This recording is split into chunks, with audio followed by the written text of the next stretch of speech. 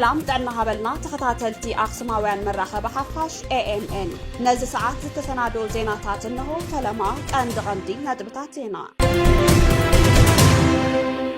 أب تقراي قفا مناسيات بزقدد ملكعو مقصالو تفليتو أب تقراي زلو حيلي أب حادنة زيكونس أب سلطان زقدس مريحنة يو كبل آيت أماني لالمايو قليتو أب تقراي بزلو بوليتيكاوي قلولاو سعيبو حاجز زدالي وقنات نكرسعو يقبرلو تبايلو قبطي هاجرات لمعتن كيعوت نزمنات كتسرح تاني حيلو منستري قدات وطاي إثيوبيا سودان أتواراون لجستيكاون حاجزات إيرترا تهبيا زبلو كستات نتيجة نايزيو من كالوتن زرزر كسعبيو سناي مكتتال أب تقراي قفا مناسيات بزقدد ملكعو مقصالو تفليتو رأيو مزمن سيكن دينا يزاكل الساعة 5 زتري وذلهم ما كتب مشرعنا سلاسي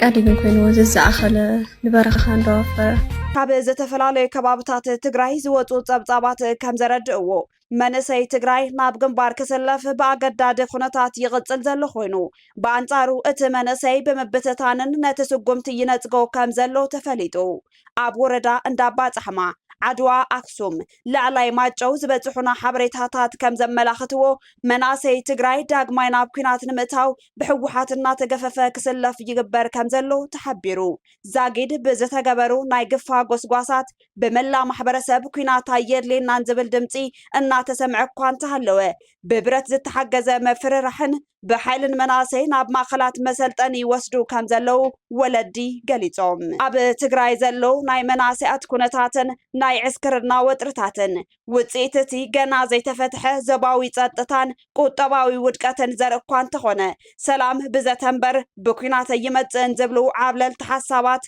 بمحبرسب تقراي قولهم يسمعوا كم زلو ترغاغيصلو አከፋፈልቲ ዘርኢ መዳበርያ ንሓረስቶት ትግራይ ብጥረ ገንዘብ ጥራሕ ኢኹም ትዕድጉ ብምባል የንገላትዕዎም ከም ዘለው ተገሊጹ ኣብዚ ሕዚ እዋን ኣብ መላእ ክልል ዘሎ ናይ ጥረ ገንዘብ ሕፅረት ሓረስቶት ንእዋን ሕርሻ ዘድልዮም መዳበርያ ንምዕዳግ ኣብ ዝገብርዎ መስርሕ ዓብይ ጽልዋ ይሕድር ከም ዘሎ ተፈሊጡ ቢሮ ሕርሻ ንኹሎም ዘባታትን ወረዳታትን ኣብ ዘጽሓፎ ወግዓዊ ደብዳቤ ከም ዝሓበሮ ሓረስቶት ዘድልዮም መጠን መዳበርያ ብጥረ ገንዘብ ይኹን ብባንክ መስገጋር ክዕድጉ ሙሉእ መሰል ከም ዘለዎም ይገልጽ ይኹን እምበር ኣብ ታሕተዎት ወረዳታትን ማሕበራትን ዘለው ኣፈጸምቲ ነቲ ናይ ላዕለዋይ ኣካላት መምርሒ ዕሽሽ ብምባል ዘርኢ መዳበርያ ዝደለየ ሓረስታይ ጥረ ገንዘብ ጥራሕ ምሕታቶም ኣብቲ ክልል ዘሎ ምምሕዳራዊ ሰንሰለት ድኽመት ከም ዘለዎ ቁልጭ ኣቢሉ ዘርኢ ሓረስታይ ሰኣን ምሕደራ ግራቱ ብዘይ መዳበርያ ክዘርእ ዘገድድ ኣካይዳ እዩ ይብሉ እቶም ሓረስቶት እዚ ድማ ነቲ ንነዊሕ እዋን ተሃስዩ ዝጸንሐ ሓረስታይ ተወሳኺ ናይ ህይወት ጾር ይኾኖ ከም ዘለዮም ዝገለጹ ኣብ ባንክታት ዘሎ ናይ ጥረ ገንዘብ ሕፅረት ምክንያት ብምግባር ገለ ወረዳታትን ማሕበራትን ካብ ሓረስቶት ብጥረ ገንዘብ ጥራሕ እዩ ዝኽፈል ዝብል ኣገዳድ ኣሰራርሓ ይኽተላ ከም ዘለዋን እዚ ድማ ኣብ ህዝቢ ምዕዝምዛም ይፈጥር ከም ዘለውን ሓቢሮም ኣለው እዋን ሕርሻ ይበጽሕ በምህላው እዚ ናይ መዳበርያ ቀረበን ክፍሊትን በዞም ዝቕጽሉ ዘለው ዕንቅፋታት ህዝቢ ትግራይ ዝገብሮ ናይ ምግቢ ውሕስነት ናይ ምርግጋጽ ጻዕሪ ድሕሪት ዝመልስ ጉጉይ መሪሕነት ምዃኑ ድማ ይግለጽ ኣብ ትግራይ ብዘሎ ፖለቲካዊ ቅልውላው ስዒቡ ሓገዝ ዝደልዩ ወገናት ንክርስዑ ይገብረሎ ተባሂሉ ኣብ ትግራይ እናገደደ ዝመፀ ፖለቲካዊ ቅልውላው ሓገዝ ንዝደልዩ ክፍልታት ማሕበረሰብ ክርስዑ ይገብረሎ ክብሉ ሓላፊ ርክብ ህዝቢ ፓርቲ ቲዴፓን ኣባል ጥምረት ሰላም ንኢትዮጵያን መምህር ደስታቸው ዓለም ተዛሪቦም መምህር ደስታቸው ዓለም ንጋዜጣ ወጋሕታ ከም ዝገለጽዎ ኣብ ትግራይ እናተጋደደ ዝመፀ ንሕንሕ ፖለቲካ ብሰንኪ ኩናት ዝተመዛበሉን ዝተጎድኡን ክፍልታት ማሕበረሰብ ሓገዝ ከይረኽቡን ክርስዑን ይገብረሎ ኣብ ስቃይ ዘለው ስደተኛታት መምህራንን ህፃናትን ኣብ በብ መዕቆቢኡ ዝርከቡ ተመዛበልትን ኣካል ጉዳትን ቆላሕታን ክስእኑ ይገብረሎ ሕዚ ዘሎ ምክፍፋል ኣብ ላዕለዎት ኣመራርሓታት ጥራሕ ተወሲኑ ዝተረፈ ዘይኮነስ ክሳብ ታሕተዋይ ክፍሊ ማሕበረሰብ ከም ዝወረደ ዝጠቐሱ እቶም ሓላፊ ዝኾነ ይኹን ህዝቢ መራሒው ናይ ምስዓብ ባህሪ ከም ዘለዎ ብምሕባር ኣብ ትግራይ ዝረአ ዘሎ ፖለቲካዊ ኣካይዳ ህዝቢ ብሓሳብ ክፈላለን ናይ ምጥፍፋ መንፈስ ዝፈጥርን እዩ ክብሉ ስጋቶም ገሊጾም ወገንተኝነትን ምክፍፋልን መዋቕር ጸጥታ እቲ ክልል ካብቲ ክልል ሓሊፉ ንናይ መላእ ሃገር ሰላም ስጋት ክኸውን ይኽእል እዩ ዝበሉ እቶም ሓላፊ ናይቲ ክልል ፖለቲካዊ ሕማም ናብ ሓይሊ ጸጥታ ሰሪጉ ብምእታው ነቲ መዋቕር ኣብ 3 ቦታ መቂልዎ ከም ዝርከብ ኣዘኻኺሮም እዚ ኣብ ውሽጢ ሓይሊ ጸጥታ ዝተፈጠረ ምክፍፋል ሓው ምስ ሓው ዘዋግዕ ሓደገኛ ኣካይዳ ምዃኑ ዝገለጹ እቶም ፖለቲከኛ ትካላዊ ገለልተኝነት ብዘይ ምንባሩ ንሰላም እቲ ክልል ዓብይ ስጋት ምዃኑ ገሊጾም እቶም ፖለቲከኛ ሕዚ ኣብቲ ክልል ዝተፈጠረ ናይ መራሕቲ ንሕንሕ ኣብ ምንቅስቓስ ስራሕ ሙሉእ ብምሉእ ብዝበሃል ብርኪ ምትእጉጋል ከም ዝፈጥር ብምጥቃስ ካቢኔታት ናብ ቢሮ ንምእታው ፍቃደኛታት ዘይምዃኖምን መራሕቲ ብናይ ስልጣን ንሕንሕ ምውጣጦምን ዓብይ ናይ ኣመራርሓ ክፍተት ፈጢሩ ኣሎ ክብሉ ገሊጾም ሓደ ዝፈረሰ ትካል መሊስካ ንምህናፅ ልዕሊ 10 ዓመት ከም ዝወስድ ዘዘኻኸሩ እቶም ሓላፊ ሕዚ ዘሎ ምክፍፋል ትካላት እናፍረሰ እንተኸይዱ ናብ ዝገደደ ፀገም ከምርሕ ከም ዝኽእል ብምሕባር ብወገን ተገልጋላይ ናይ ሓደ ሰዓት ኣገልግሎት ምቁራጽ እኳ ናይ ሰብ ህይወት ንሓደጋ ከቃልዕ ከም ዝኽእል ክፍለጥ ይግብኦ ክብሉ ኣጽንዖት ሂቦም እቲ ክልል ካብ ዝተደቀነ ፀገም ንምውፃእ ናይ ስልጣን ሃንቀውታ ክግታእ ከም ዘለዎ ብምጥቃስ ነቲ ናይ ጸጥታ መዋቕር ካብ ፖለቲካ ነፃ ብምግባር ምስ ፌደራል መንግስቲ ብቕንዕና ምዝርራብን ናይ ህዝቢ ስቃይ ክፍታሕ ዝኽእልን ዘቐድምን ኣመራርሓ ምምፃእ የድሊ ክብሉ እቶም ሓላፊ ኣተሓሳሲቦም ኣብ ቅድሚት ዝስራዕ ኣጀንዳ ልዋላውነትን ምምላስ ተመዛበልትን ትግራይ ኣብ ከቢድ ኩነታት ከም ዘሎ ተፈሊጡ ድሕሪ ስምምዕ ሰላም ፕሪቶርያ ኣብ ውሽጢ ተወለድቲ ትግራይን ፖለቲካዊ ሓይልታትን ዘሎ ናይ ራያ ፍልሊ እናገፍሐ ይኸይድ ኣሎ ነዚ ኩነታት ዝተበለጹ ወረርቲ ሓይልታት ዛጊድ ኣብ ግዛት መሬት ትግራይ ኮይኖም ገፍዕታቶም ይቕጽሉ ኣለዉ ካብ ምዕራብን ካልኦት ከባብታት ትግራይን ዝተመዛበለ ህዝቢ ኣብ ከቢድ ፈተና ጥሜትን ሞትን ከም ዝርከብ እናተገለጸ ኣብ ዘለሉ እዋን ኣብ ምዕራብ ትግራይ ብሓገዝ መንግስቲ ኢትዮጵያ ዝነቆጡ ዕጡቓት ሓይልታት ሕዚ እውን እቲ ህዝቢ ከይምለስ ሉዓላዊ ግዛት መሬቱ ናብ ንቡርን ሕገ መንግስታዊ ካርቱ ከይምለስን ኩናት ከም ኣማራጺ ገይሮም ቀጺሎም እቲ ናብ ኣክሱማውያን መራኸቢ ሓፋሽ ዝበጽሐ ሓበሬታ ከም ዘረድኦ እቲ ኣብ መንጎ ትግራይን ካልኦት ሓይልታትን ዘሎ ክትዕ ብቐንዱ ኣብ ክልተ ዓበይቲ ዛዕባታት ዘተኮረ ይብል ብቕጽበት ክምለሱ ኣብ ዝግብኦም ሉዓላዊ መሬታትን ኣብ ስቓይ ዝርከብ ህዝብን ዘሎ ኣገዳስነት ከምኡውን ምስ ማእኸላይ መንግስትን ምስ መሻርክትን ኩሉ ዝግባእ ፖለቲካዊ ርክብን ክብሉ እንትገልጹ ምስ ሻዕብያን ሕወሓትን ተጀሚሩ ዘሎ ጽምዶ እውን ነቲ ምድንጓይ ምምላስ ተመዛበልቲ ዓብይ ስጋት ኮይኑ ከም ዘለዮም ዝሕብሩ ብትኹረት ዓይኒ ክረአ ዘለዎ ግዜ ዘይህብ ኢሎም ዝገለጽዎ ድማ ንጉዳይ ምዕራብ ትግራይን ሰብኣዊ ቅልውላው እቲ ህዝብን ከም ቀዳማይ ሰሪዖምዎ ይርከቡ ይኹን እምበር ዛጊድ ካብ ዜናዊ ጸብጻብ ሓሊፉ ኣብ ተመዛበልቲ ተጋሩ ፍታሕ ክነብር ዝኽእል ናይ ውሽጢ ኮነ ናይ ደገ ሓይሊ የለን ክብሉ ድማ ይሕብሩ እዚ ኣረኣእያ እዚ ኣብ ትሕቲ ጥንኩር ኩነታት ስደት ሞት ሕማም ንዘሎ ህዝቢ ምዕንጋልን መሬት ምምላስን ብቁልጥፍ ክስርሓሉ ከም ዝግባእ ዘተሓሳሰቡ እቶም ወሃብቲ ርእይቶ ከም ፖለቲከኛታት ተጋሩ ድማ ይብሉ ኣብ ጉዳይ ሉዓላውነት መሬትን ምምላስ ተመዛበልትን ዕሽሽ ዝብሉ ይመስሉ ቀንዲ ኣንፈት ቃልሶም ኣብ ምምላስ ስልጣንን ፖለቲካዊ ፍክክርን ምእታዎም ቀንዲ መነጽሮም ከም ዝገበሩውን ይሕብሩ ገለ ፖለቲካውያን ሓይልታትን ደገፍቲ ናይቲ መስርሕ ሰላምን ብተጣባቕቲ ስምምዕ ፕሪቶርያ ብምባል ዝፍለጡ ዘላቂ ሰላም ንምምፃእን ዝኸፍአ ኩናት ንምውጋድን ዲፕሎማስያዊ ዘተን ህዳትን ከም እንኮ መዋጽኦ ይርእይዎ ዝብል ቅቡል ሓሳብ ኮይኑ እንተብቅዕ ሰላም ብኩናት እዩ ዝርከብ ዝብል ፕሮፓጋንዳ ዘተሓንገጡ ተጋሩ ምህላዎም እውን እዮም ዝሕብሩ እቶም ወሃብቲ ርእይቶ እዚ ፍልሊ እዚ ኣብ መንጎ ህፁፅ ሰብኣዊ መልሲ ንነዊሕ እዋን ዝወስድ ፖለቲካዊ ዘተን ዘሎ ምስሕሓብ ብዕሊ ክጎልህ ዝገብር ምዃኑ የረድኡ እዚ ማለት ህፁፅ መፍትሒ ዝጠልብ ሰብኣዊ ሓገዝ ኣናዊሕኻ ብግዜ ክፍታሕ ዘለዎ ፖለቲካዊ ምርድዳእን ዘተን ቀዲሙ እናመፀ ህይወት ተመዛበልቲ ብፍላይ ብሓፈሻ ድማ ሰላም ተጋሩ ኣብ ሓደጋ እትይዎ ከም ዘሎ የረድኡ ስርዓት ብልጽግና ከም ቀንዲ መዕንቀፊ እቲ ትንታነ ከም ዝሕብሮ ኣብ ትግራይ ዘሎ ሰፊሕ ርድኢት ንስርዓት ብልጽግና ብፍላይ ድማ ነቲ ብኦሮሞ ብልጽግና ዝምራሕ ዝበሃል ክፍሊ ከም ቀንዲ ተሓታቲ ናይቲ መሬት ዘይመምላስን ፖለቲካዊ ምዕንቃፍን ገይሩ ይወስዶ እቲ መንግስቲ ንስምምዕ ፕሪቶርያ ብምሉእነት ካብ ምትግባር የተዓናቅፈሎ ዝብል ነቐፌታ ብሰፊሑ ይስማዕ ፖለቲካዊ ምምልኻዕ እቲ ንድሕሪት ተሪፉ ዘሎ ሉዓላዊ መሬትን ህዝብን ከይተመለሰ ንዝግበር ዝኾነ ናይ ቃላት ምምልኻዕ ወይ ናይ ፖለቲካ ርክባት ፍረ ኣልቦ ጌርካ ናይ ምርኣይ ኩነታት ላዕለዋይ ኢድ ሒዙ ይርከብ እዚ ድማ ኣብ መንጎ ህዝባዊ ጠለባትን ወግዓዊ ፖለቲካዊ መግለጽታትን ዘሎ ክፍተት የረድእ ዝብል መርገጽ ዝሓዙ እቶም ፍልፍላት ከም መኸንበቲ ዝገበርዎ ሓሳብ ድማ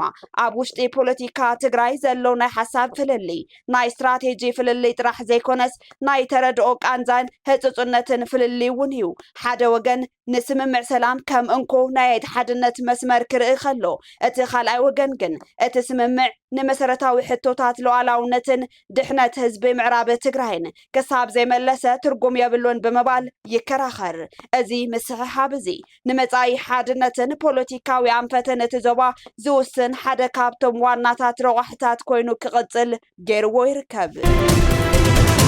ግብፂ ሃገራት ልምዓትን ከይዕወት ንዘመናት ክትሰርሕ ጸኒሓ ኢሉ ሚኒስትሪ ጉዳያት ወጻኢ ኢትዮጵያ ሚኒስትር ጉዳያት ወጻኢ ኢትዮጵያ ግብፂ ኣብ ልዕሊ ሃገራት ተዘባዊ ሸቶታት ልምዓትን ከይዕወት ትፍጽሞ ማህሰይቲ ሓድሽ ተርእዮ ዘይኮነስ ንዘመናት ክትክተሎ ዝጸንሐት ስትራቴጂ እዩ ክብል ገሊጹ ወሃቢ ቃል እቲ ሚኒስትሪ ኣምባሳደር ነቢያት ጌታቸው ኣብ ዝሃብዎ መግለጺ ግብፂ ብሄራዊ ረብሓታት ኢትዮጵያ ከይኽበር ጽዕንቶ እናገበረት ምዃና ኣረዲኦም ግብፂ እቲ ዞባ ናብ ወጥሪ ንክኣቱ ዝገብሩ ዝተፈላለዩ ምግፋዕ ከም ዘካየደት ብምዝኽኻር እዚ ምግፋዕ ሓድሽ ዘይኮነስ ንነዊሕ እዋን ክትክተሎ ዝጸንሐት ስትራቴጂ ምዃኑ ኣብሪሆም ብፍላይ ኢትዮጵያ ሕቶ በሪ ባሕሪ ምቕራባ ስዒቡ ግብፂ ነቲ ሕቶ ንምዕፋንን ኣቓልቦ ንምስሓብን ጸቕጢ ምግባር ቀፂላ ኢሎም ሱዳን ኣጽዋራውን ሎጂስቲካውን ሓገዛት ንኤርትራ ትህብያ ዝብለው ክስተታት ነጺጋ ሉዓላዊ ቤት ምኽሪ ሱዳን ኢሚራት ዓረብ ዝምራሕ ናይ ሽምግልና ጻዕርታት ኣብ ዝግለጸሉ ዘሎ እዋን ኣበ መንበሩ ጀነራል ዓብደልፈታሕ አልቡርሃን ምስ ሕቡራት ኢሚራት ዓረብ ክግበር ዝኽእል ድርድር ብዝምልከት ዘረባ ከም ዝሃበ ዝገልጽ ጸብጻብ ነጺግዎ ቤት ጽሕፈት ሚድያ ሉዓላዊ ቤት ምኽሪ ሱዳን 13 ጉንበት 2018 ዓ.ም ኣብ ዘውፅኦ መግለጺ አልቡርሃን ኣብ ቀረባ እዋን ንዝኾነ ናይ ውሽጢ ሃገር ይኹን ኣህጉራዊ ማዕከን ዜና ዝኾነ መግለጺ ኣይሃበን ክብል ብሚድል ኣብ ዝዘርግሖ ጸብጻብ ንዕኡ ዝምልከት ርእይቶታት ነጺጉ እዚ ምኽሓድ ኢሚራት ዓረብ ምስቲ ኣብ ሱዳን ዝካየድ ዘሎ ኩናት ሕድሕድ ዘተኣሳሰር ንኣዋርሕ ዝወሰደ ወጥሪ ስዒቡ ኣብ መንጎ ካርቱምን ኣቡዳቢን ክትሽምግል ትፍትነላ ዝብል ክሲ ስዒቡ እዩ ብመሰረት እቲ ጸብጻብ ጀነራል አልቡርሃን ኣብ ቀረባ እዋን ኣብ ስዑድ ዓረብ ምብጻሕ ዘጠቓለለ ዑደት ኣብ ወሽመጥ ዓረብ ኣካል ናይቲ ኣብ መንጎ ሱዳንን ኢሚራትን መራኸቢ መስመራት ንምኽፋት ዝግበር ዝነበረ ጻዕሪ እዩ ኣቡ ዳቢ ንሓይልታት ቅልጡፍ ደገፍ RSF ዝሃቦ ደገፍ ደው ከተብሎን ሉዓላውነትን ሓድነትን ሱዳን ክኽበር ብዝብል ቅድመ ኩነት ምስ ኢሚራት ዓረብ ንዘተድልውቲ ምዃናት ዘመልክት መግለጽታት ምስ መብርህ ጀነራል አልቡርሃን ተሓሒዙ ነይሩ ሰበስልጣን ሱዳን ግን ኢሚራት ዓረብ ቻድ ሊቢያ ኢትዮጵያ ሓዊሱ ብጎረባብቲ ሃገራት ኣቢላ ንሰራዊት ምክልኻል ኤርትራ ወታደራውን ሎጂስቲካውን ደገፍ ትህብ ዝብል ንነዊሕ እዋን ዘጸንሐ ክስታት ብምዕቃብ ከምዚ ዓይነት ርእይቶ ከም ዘይተዋሃበ በኣጽንዖት ገሊጻ ንዝርግሐ ለበዳ ኢቦላ ንምክልኻል ናብ ኮንጎ ዝግበር በረራታት ደው ከም ዘበለት ኡጋንዳ ኣፍሊጣ ኡጋንዳ ብሰንኪ መስፍሕፋሕ ቀታሊ ሕማም ኢቦላ ቡንዲ ቢግዮ ናብ ጎረቤት ሃገር ዲሞክራሲያዊት ሪፓብሊክ ኮንጎ ካብ ናብን ዝግበር ዝነበረ በረራታት ንጊዜኡ ከም ዘቋረጸቶ 13 ጉንበት ዕላዊ ጌራ ቀዋሚት ጸሓፊት ሚኒስትሪ ጥዕና ዲያና ኣታዊን ኣብ ካምፓላ ኣብ ዘውፅኦ መግለጺ ብምክትል ፕሬዝደንት ኡጋንዳ ጄሲካ አሉፕ ዝምራሕ ሃገራዊ ሓይሊ ዕማም ኣብ መንጎ ኡጋንዳን ዲሞክራሲያዊት ሪፓብሊክ ኮንጎን ዝግበር ዝነበረ ካብ ናብን በረራታት ኣብ 48 ሰዓታት ተግባራዊ ክኸውን ምዃኑ ገሊጸን እዚ ስጉምቲ ኣብ ዝሓለፈ ሰሙን ኣብ ርእሰ ከተማ ኡጋንዳ ካምፓላ ክልተ ካብ ወጻኢ ዝኣተው ሕሙማት ኢቦላ ድሕሪ ምርካቦም ምዃኑ ጸብጻባት ይሕብሩ ወዲ 59 ዓመት ኮንጋዊ ኣብ ካምፓላ ኣብ ዝርከብ ኩብሊ ሙስሊም ሆስፒታል በቲ ሕማም ክመውት እንከሎ ካልእ ሕሙም ድማ ኣብ ሃገራዊ ሪፈራል ሆስፒታል ሙላጎ ተዓቂቡ ይርከብ ብድምር 127 ርክብ ዘለዎም ሰባት ተፈልዮም ኣብ መወሸቢ ትካል ይርከቡ ብተወሳኺ መንግስቲ ኣብ ሩባ ሶሙሊኪ ኣገልግሎት ህዝባዊ ጀልባ ተጓዓዝቲ ስርሒታት ትግረዶብ ኣውቶቡሳትን ኩሉ ህዝባዊ መጓዓዝያ ተጓዓዝቲ ኣብ መንጎ ኡጋንዳን ኮንጎን ንዝቐፅሉ 4 ሰሙናት ከም ዘቋረፀን ቀጻሊ ምንቅስቓስ ኣቑሑትን ቀረብ መግብን ከም ዝፈቐደ ተገሊጹ ኣብ ዝሓለፉ 24 ሰዓታት ሰብ መዚ ጥዕና ኮንጎን ውድብ ጥዕና ዓለምን ኣብ መላእ ሃገር እናገደደ ዝኸይድ ዘሎ ለበዳ ከም ዝረኣዩን እቲ ለበዳ ብ7 ጉንበት ብወግዒ ካብ ዝእወጅ ንድሓር ኣስታት 600 ጥርጡራት በቲ ቫይረስ ዝተለኸፉን 139 ሰባት ሞት ከም ዝተመዝገበን ጸብጻባት ይሕብሩ ኣብ መወዳእታ ኣብ ትግራይ ዘለው ሓይሊ ኣብ ሓድነት ዘይኮነስ ኣብ ስልጣን ዝግደስ መሪሕነት እዩ ክብል ኣይተ ኣማኑኤል ኣለማየሁ ገሊጹ ኣይተ ኣማኑኤል ምስ ሮማናት ኦንላይን ኣብ ዝገበሮ ጻንሒት ከም ዝገለጾ መሪሕነት ትግራይ ኣብ ዓለም ዘሎ ፖለቲካዊ ካርታ ዘየነብብ ንዓርሱ ኣብ ስልጣን ምህላው ጥራሕ ዘገድሶ መሪሕነት እዩ ምስ በለ ነዚ እውን ተጋሩ ኣብ ከቢድ ድኽነት ኣለና ብቁጠባ ብጥሜትን ስእነት ስራሕን ንህሰለና ወለዶ ካብቲ ፖለቲካ ተስፋ ሲኢኑ ኣብ ትምህርቲ ዘመዝግቦ ዝነበረ ኣድማዒ ስራሕቲ ክፈርስ ወለዶ ትግራይ ትምህርቲ ክጸልእ ዝገብር ፖለቲካዊ ካይዳ ዓዲ ምዕነዊ እዩ ክብል ገሊጹ ሕዚ ትግራይ መዋጽኦ ትደልያ ትግራይ ሲኢናቶ ዘላ ብዙሕ ነገር ያሲዳ ትግራይ ቁጠባ ሲዳ ትግራይ ዝንሄ ድኽነት ኣብ ደገ ኮይኖም ዝዛረቡ ዘለዉ ሰባት ይርዶም ዲያስፖራ ኮይኖም በሎ ዝብሉ ዘለዉ ሰባት ሓንቲ ለይቲ ስትንዑ ሕደርዋ ኣብ ትግራይ ኣብ ትግራይ ዘሎ ድኽነት ኣብ ትግራይ ጋጢሙ ዘሎ ጥሜት ስትንዑ ረእይዎ ማንም የምፃዩ ሰብ ውሽጥኻ ክትሰርሕ ነይርካ ማለት እዩ ኣብ ትግራይ መፍረያይ ከይትኸውን ዝገብረካ ምሕደራኸይ እዚ ናይ ግብርና ቢሮ ሓላፊ ዝኾነ ወዲ ብዝገርም መንገዲ ይገልጾ ነይሩ ኣብ ትግራይ ንልምዓት ክውዕል ዝግብኦ ናይ ግብርና በጀት ይሕባእ ኣባይታ ወሪዱ ድኽነት ክቐርፍ እናተገበኦ ሕዚ እቲ መፍትሒ ኣብ ትግራይ ክንዛረብ ዝገብረና ሓደ ግዜ ኣማኢቲ ወይ ኣሽሓት ገጻት ፀገማት ስለ ዘለና ናይ ቁጠባ ፀገም ኣለና መሰረታዊ ናይ ቁጠባ ፀገም ኣለና ናይ ግልጋሎት ፀገም ኣለና ናይ ጥዕና ፀገም ኣለና ብፍላይ ናይ ማሕበራዊ ግልጋሎት ፀገምና ድማ ብጣዕሚ መሰከፊ ናይ ትምህርቲ በዚ ሒዝናዮ ዝኒሄና መንገዲ እንተኸድና ድሕሪ 5-6 ዓመት ተማሂሩ ተመሪቁ ንትግራይ ናይ ትግራይ ፀገም ክርዳእ ዝኽእል ምሁር ዝበሃል ክጠፍ እዩ ዘሎ እምበር ሓድሽ ምሁር ምፍራይ ዝበሃል ነገር ክጠፍ እዩ ትውልዲ ክሞት እዩ ወለዶታት ክሞቱ እዮም ባይ ዘ ወይ ድንቁርና መንገዲ ካብ ትምህርቲ እናወፀ ዝኸድ ወለዶ ካብ ትምህርቲ ምውፃእ ዝብል ወለዶ እንድሕር ካብ ትምህርቲ ምውፃእ ጀሚሩ ኣይምለስን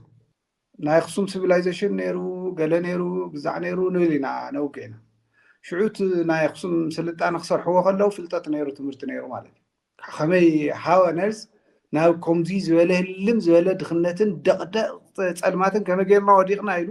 ክርዳእ ዘይኽእል ፖለቲካዊ መሪሕነት እንትህልወካ ትመርሐካ ተሎ ተሓዝን ትግራይ መዋፅኦ ክህልዋ እንተኮይኑ ሰባ ክትእክበለዋ ዝበለ ተጋዳላይ ኣማኑኤል መንእሰይ ኣብ መስዋዕቲ ዝኣምን ምቕታል ዘይፈርሕ ገድልን ተጋድሎን ትረኻ ጥራሕ ተምህሮ እንተኾንካ ዓዲ ሙሉእ ንሙሉእ ናይ ምዕናዋ ምልክት እዩ በለሞ ተጋሩ ካብ ዝወፂና ስለ ልምዓትን ሰላምን ክንሓስብ ንኽእል ሰባ ክትእክብ ዝገብር መሪሕነት ክህልወና እንተኽእል እዩ ድማ ኢሉ ሕዚ እውን በቲ ሕዚ ኸድና እንኸዶ ዘለና ዘን ልዕሊ 67 ቤት ትምህርትታት ተዓፅየነ ትግራይ ዝቐፅል ወለዶ ናይ መሃይም ወለዶ ይኸውን ግብርና ዘይርዳእ ወለዶ እዩ ቴክኖሎጂ ዘይርዳእ ወለዶ እዩ ሳይንስ ዘይርዳእ ወለዶ እዩ ሳይንስ ቴክኖሎጂ ምንባር ዘይርዳእ ወለዶ እዩ ምንባር ዘይርዳእ ወለዶ ምሟት መማረፂ ይገብር ምሟት መማረፂ ዝገብር ወለዶ ምቕታል መማረፂ ይገብር ናብ ዓብዪ ሓደጋ ኢና ከም ህዝቢ ንኣቱ ዘለና ናብ ዓብዪ ውድቀት ኢና ከም ህዝቢ ንኣቱ ዘለና ሸዊት ሓደ ግዜ ካብ ፖለቲካ ውፅኢላ ነግረካ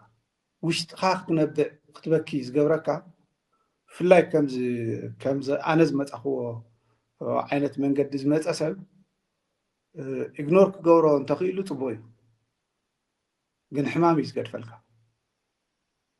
ተዓሰርተ ሸውዓተ ዓመት ብህፃን ብቆልዕናኻ ገና ዕድሜኻ ከይኣኸለ ምግዳል እዩ ኢልካ ኣቲኻ ደኺምካ ኣብ ዝሓለፈ 30 ዓመት ክኾን ብዝግብኦ መንገዲ ተይከደ ተሪፉ ካብ ሕዘብ ከምዚ ንባዕልካ ንህዝቢ ትግራይ ኣብ ትሕዝ እኒሄ ኩነታት ክትረኽቦ ኣለካ ቀንዛዊ እዩ ሶ ፔንፉል እዚ ትግራይ መዋፅኦ ትደሊ ትግራይ ትኮን ኣለዋ ካብ ኩሉ ሰባት ትእክብ ትግራይ ክፍጠር ኣለዎ ኣብ መወዳእታ ተጋዳላይ ኣማኑኤል ኣለማዮ ከም ዝበሎ መሪሕነት ሰብ ዘድሕን እምበር ሰብ ዘጥፍእ ክኸውን ይግባን ምስ በለ ተጋሩ በብኣንፈቶም ኣብ ናይ ፀርፊ ፖለቲካ ኣትዮም ክትርኢ ከለኻ ብጣዕሚ ልቢ ዝሰብር ከም ማሕበረሰብ ዘሕፍር ተግባር ብምዃኑ ካብዚ ወፂና ውደባና ስጢምና ንኸደሉ ጉዕዞ ዕውትን ሓድነትና ንተጋሩ መዋፅኦ መንገድን እዩ ክብል ይገልጾ ሰብ እንተጠፊእዎ ሓንቲ ዓዲ ሰብ ክጠፍእ ከሎ እንድሕር ዘይተቐንዝያ ሰባኽ እንስ ከሎ እንድሕር ዘይተቐንዝያ ሓንቲ ዓዲ ዓደይ ትኾንን ከምኡ ኢለን ዝጠፍኣ ብዙሓት ዓድታት እየን ምክንያቱ ሰበን ክጠፍእ ከሎ ክርኢ ዝኽእል መሪሕነት ስለ ዘይረኸባ ሰበን ምጥፍኡ ትርጉሙ ዘይርድኦ መሪሕነት ስለ ዝረኸባ ሕዚ ናይ ስዒርና ኢና ዓይነት በሎ ዝበሃል ዘሎ በዚ ሚድያ ሓደገኛ እዩ ህዝቢ ትግራይ ክእከብ ዝኽእል ዝግብኦ ሕዚ ዝኾነ ዓይነት መንገዲ ብስልጣን ኣለኹ ኢሉ ዝሓስብ ሰብ ሓንቲ ዓባይ ውዕለታን ህዝቢ ትግራይ ክውዕል እንተልይዎ ሰባ ምእካብ እዩ ትግራዋይ ምእካብ እዩ ህዝቢ ክልቲኡ ጫፍ ዝሪኦ ብጣዕሚ እየ ዝሓዝን ማለት ትቶ ነይተውርዶ እንዲኻ ሓደ ግዜ እኮ ትቶን ክወርዶ ኣለዎ ኣብ መቐለ ኮይኑ ዞም ጠላማት ዞም ከዳዓት ገለበለ ይብለን ተኣዲስ ኣበባ ዘሎ ኣብ ኣዲስ ኣበባ ኮይኑ ነዚኦም ክፀርፎ ብዝኽእል ኩሉ ቶንሶፍ ፀርፊ ከውርድ ሰምዖ ተኣኪቡ እሱ ይገብር በይኑ ኮይኑ እንዳቡን ኮይኑ ንሱ ይገብር ኣይትወርዱ እንድኹም ውርድ ብማል ገለገለና እኮ ዝኔና ፈቲና እኮ ይኮና ስለዘይ ንፅረፍ እኮ ይኮና ስለዘይ ንፈራራሕ እኮ ይኮና ግን ትገብሮ ነገር ዘሎ እንትመስለካ ተሎ ትፍትን ኢኻ ሕዚ እውን እንታይ ክብል ዝደሊ ህዝቢ ትግራይ ዘሎ ፖለቲካዊ መሪሕነት ናብ ልቦንኡ ተመሊሱ ኮፍ ኢሉ ክሳዕ ዝመፀ ናይ መንገዲ ይኣክል ሕዚ ተጋሩ ናይ ምእካብ ሓላፍነት ትግራዋይ እንድሕር ተኣኪቡ ውዳብኡ እንተስተኻኺሉ ውድብ ክኾን እንተኽኢሉ ብካሊእ ኣባህላ ኣገዳሲ ኤለመንት ክኾን ኣገዳሲ ኤለመንት ኣብዚ ሪጅን እዚ ዘራጋይ ግደ ከይህልወና ምጥንቃቕ ከድሊ ግን መረጋግዒ ግደ ክህልወካ ምስርሓ ከድሊ እዚ ከዓ ካብ ፍልጠትካ ክተምፅኦ ትኽእል እዚ ከዓ ካብ ጠንካራ ውዳበ ኢኻ ከተምፅኦ ትኽእል እዚ ከዓ ካብ ይህን ምባልን ምምኻርን ከተምፅኦ ትኽእል ስለዚ ዝረአየኒ መዋፅኦ ካሊእ ነገር ኣይኮን ምናልባት ሰብ ክሳብ ስልችዎ ዝሓለፈ 3 ዓመት ተዛሪብና ኢና ሕዚ ተዛሪቡ ህዝቢ እውን ክዛረቦ ዝኽእል ህዝቢ ትግራይ ዝእክብ ፖለቲካዊ ቋሚ ዘድሊ ስቑ ኢሎም ናይ ታደሰ ወረደ ቦታ ዝሓዛ ደብረፅዮን እታ ቦታ እታ ቢሮ ኣትይዋ ታ ትሕጉስ ጌታቸው ነይርዋ ታደሰ ምስኣትዋ ታደሰ እንታይ ተሓጒሱላ ቅድሚ ደብረፅዮን ነይሩ ጌታቸው ምስ ሓዛ እንታይ ተሓጒሱላ ጌታቸው ራሕርሒዋ እንዳኸይድኒ ታደሰ እንታይ ሒዙላ እንታይ ተጠቒሙላ እንታይ ከ ተሓጒሱላ ስለዚ ቂምካ ንምግላፅ ቀሊል እዩ ንምቅያም ቀሊል እዩ ባይ ዘ ወይ ኢነርጂ ይደልን ምቅያም ምፅላዕ ምፅራፍ ብዙሕ ኢነርጂ ይደልን ምክንያቱ ብዙሕ ክትሓስበ የድለካ በይንካ ጀነሬት ትገብሮ ኢኻ ፅልይ በይንካ ሓደ ሰብ በይኑ ጀነሬት ትገብሮ እዩ ፅልይ መፍትሒ ግን ሓደ ሰብ ጀነሬት ይገብሮ ሓደ ሰብ ኦፒኒየን ይኽህልዎ ዝኽእል ኣዳራሽ ሙሉእ ሰብ እዩ ዝደሊ ካብ ኣኽሱማውያን መራኸቢ ሓፋሽ ናይዚ ሰዓት ዜናታት ክትከታተሉ ፀኒሕኩም ንምክትታልኩም ነመስግን ምስ ዝተረፉ መደባትና ሰናይ ግዜ